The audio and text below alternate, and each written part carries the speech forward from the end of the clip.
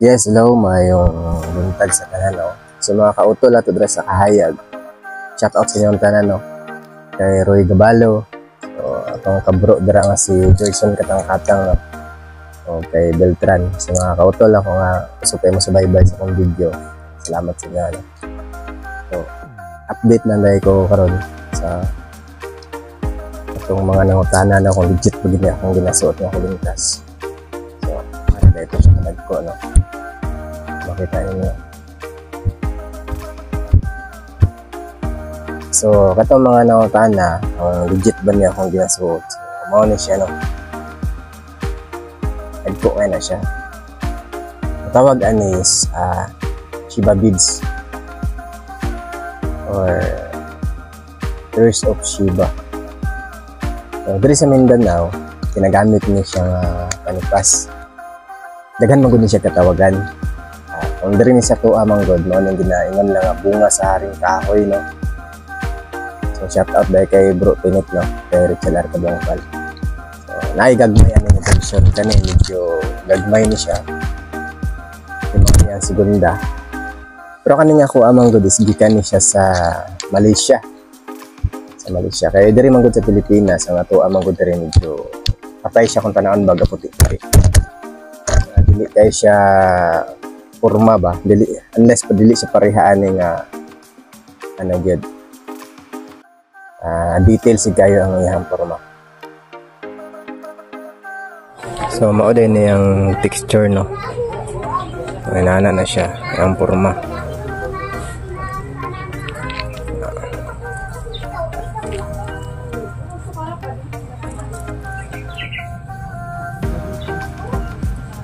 Inana siya kadagko.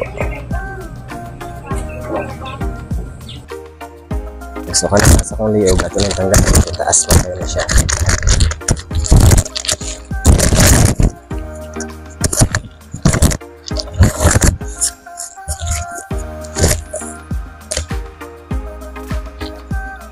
So mao na yung forma. Kani siya nga design, mao gini siya Tibetan design siya. Prayer beads, mao ni siya ang ika-109, mao ni yang mother. So kung ikumpara naman siya dito sa Pikas, dagko gini siya. Sa mga utana kung ibaligya ba na ako niya, pang sarili na ako ni wala na ako ni siya ginabaligya. Kaya kani siya ginadisplay na ako ni, ginabutang na ako ni dito sa babaw. Makita niyo dito na isungay, sungay na siya sa usa. Dira na ako ni siya ginabutang. Pati ng mga bangkil, kani sarili na ako nga bangkil. Kung utana po mo sa siya, bukog niya siya sa banakon. Ano siya, bukog niya siya sa sawa. Dagan niya siya mga purpose na siya. Explain sa inyo sunod. So, kanin siya, mauna yung gagmay nga version. 109 yato niya siya. Mauna yung ginasuot sa among. Kung mag-meditate na sila, kada pag-ampo, isa na siya, isa-isa. Isa-isa. Kantod nga mahuman, maabot sila diri sa Mother Beads. So mura lang yabon og Catholic ulit na giba. So lahi lang. Ang maka-appreciate lang gid ani katulang yung mga Buddhism, no? O pati sa mga igsoon na to nga Krishna. Sa mga dagasimba po kay Lord Krishna, no? Shout out sa mga haribol sa inyo mga brother. Wala siya ang purpose. Kung sa ilaha ginameditate, diri sa tuwa ginahimo ni siyang depensa, ginasuot ni siya. Parehas gyapon sa silis na pulseras. Depensa gyapon. Ang tawag ani sila is mao ni siya ang Tears of Shiba or Rudraksha. Kasi sa naunang panahon sa kay Lord Shiba nila ni nakuha. Mao ni simbolo ni Lord Shiba. Gamhanan kay ni siya para sila. Pero diri sa Mindanao ginagamit natin na siya para pangpalipas. Pangpalipas, pangubol.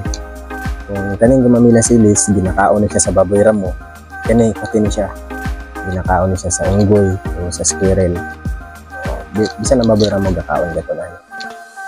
So matching silang duha. Magka-match na sila. Parehara na sila og bisa. So kato day mga nakita sa akong video last time. Kato nagadto ko sa punuan sa dao o sa gumamila silis, no. So mao na yung forma. Bracelet.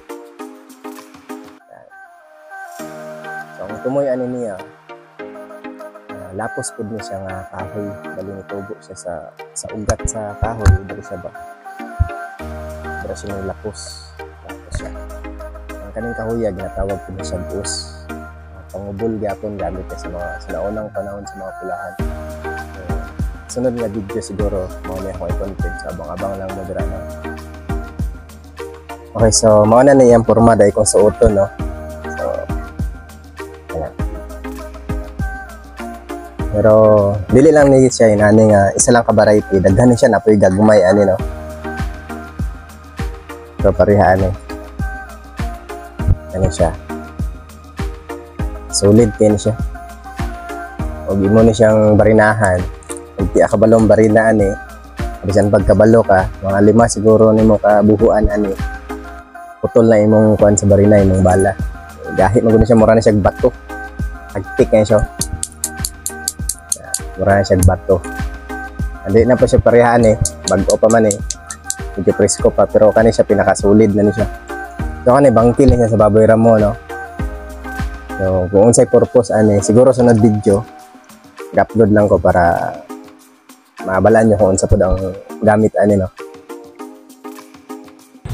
So, madali na yung sa uban nga pag nasuot ka ni. Iya doon siya sa demonyo. Nagsimba na itong mga Diyos-Diyosan, pero kani siya manggod mga kalikasan ni siya. Kumbaga mga hinungaw ba. Ban tawag lang ay mga mutya, dagag mutya, mga bato ay mga nagfossilize na nagbato na siya sa kadugay na sa panahon. Kung kani siya mga bunga ni sa mga balaan, mga sagradong kahoy, pero depende ra gid na sa inyong pagtuo, no. Sa pagtuo ra gid na sa tao. Kay dili man sa ingon nga naa kay mga inani na dili nakamaduglan. Ay mga uban nga magpasamad-samad dayon sa bukton. Kay naay maingon nga piki daw ilang mga gamit niya, gusto nila i-probe, di sila madutlan. Dili naman nato na kailangan nga i-probe pa nato sa ilaha, no. Kaya ultimo ikaw sa atong sarili kabalo man ka kung unsa ang visa ana sa imong ginadala. O dili na kailangan na nimo i-probe kay mura man ka nagapanghambog, no, sa uban, no. Nagipakita gibalandra gid nimo sa tao ba. So nang panahon gani ginatago lang na siya. Ginatago lang ni sa uban. Wala ni siya ginapakita. Sagrado ni para sa mga katigulangan. O sa mga nakasuot og mga inani, mga mutya-mutya, ayaw pud kay mo tantong pahambog, no. Okay. Mga matay ra magyapon tang tanan. Wala may gahi sa tuan, suot lang man daan eh para pang protection ba, in case of emergency. Dili ingon nga ato lang ni silang yaga-yagaan, irespeto pud nato ni sila, no. Dili man sa ingon nga natay nanay ginasimba na nato ni sila kani mga gamit nato. Salig gyapon ta sa taas, kani sila segunda lang ni. Dili ni sila ingon nga ato ni silang dudahan, no. Mas labaw gyapon, mas labing gamahanan gyapon ang creator nato, ang Dios nato sa taas. So mao lang pud na, no. O daghang salamat. Kalinaw lang ang ato. So, kung sa Buddhism, no, kung ginagamit nila ni pang mantra, siya, ginasuot gyapon nila silang kamot para daghan siya og dala. Anti-stress, anxiety, blood circulation sa imong dugo, mag-circulate siya og tarong ba, mga nana ang iyang purpose nila. So, daghan gid sila purpose, dili lang kay isa. Mga balaan sila nga pinaka-powerful gid sila nga gamit kani siya. Again, depende lang lagi na sa tuang pagtuo, no, kay kita kanya-kanya man tag-belief, kanya-kanya tag-ginasimba. Pero pinaka-importante gid sa tuwa dira, no, ang respeto nato sa usab sa unsa pa man nilang relihiyon, sa namang uban nga makita og mga inani para aning one eye, ingon sila nga kulto lagi niya, igo ra pod sila mga kulto. Murag gina-judge nila ang tao pero wala sila kabalo sa deep meaning ba, kung unsa gid ang naguna, wala nagbase sa history. So maingon lang ako sa inyo, ano, respetuhan na lang ninyo ang isig ka tao. Mao gina siya pag hinahalay paghugma sa usab ba. Kung unsa man na siya sa imong pananaw, pasagdi lang.